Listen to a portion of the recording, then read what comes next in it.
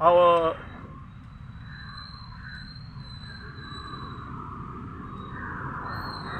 new building of the Bombay High Court at Goa is ready, and it was inaugurated a few months ago, and the working of the Bombay High Court at Goa will start from the new building at Porvorim.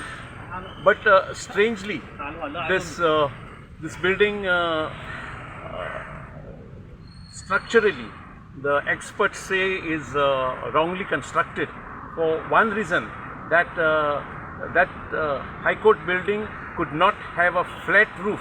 It needs to have a sloping roof to sustain the heavy rainfall Goa faces.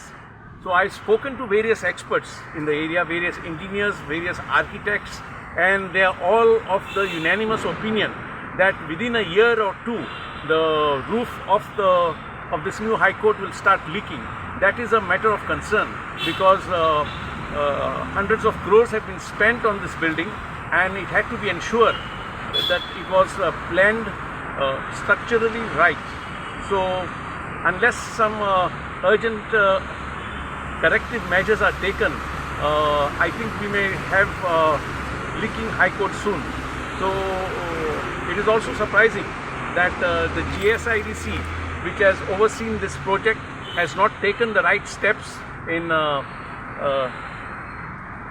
designing and planning the High Court building. But as we know, the GSIDC is known for having failed on project after project. The Atal Setu is one clear project. Mr. Manohar Parrikar had told us that the bridge would last over 100 years, but this bridge has seen craters in the middle of the bridge, huge craters in the second year itself. So this quality of these works, after spending crores of rupees, cannot be compromised. And now it is very depressing to see that proper measures have not been taken, whereas our own High Court building is concerned. Besides that, I think our High Court building could have been given a Goan touch in its architecture instead of having it just as another concrete structure.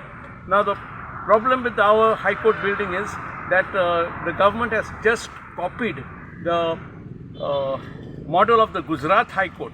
Now Gujarat doesn't face that much of monsoons, so it's a carbon copy of the Gujarat High Court which has been copied and built at Porvorim, which is not suitable for this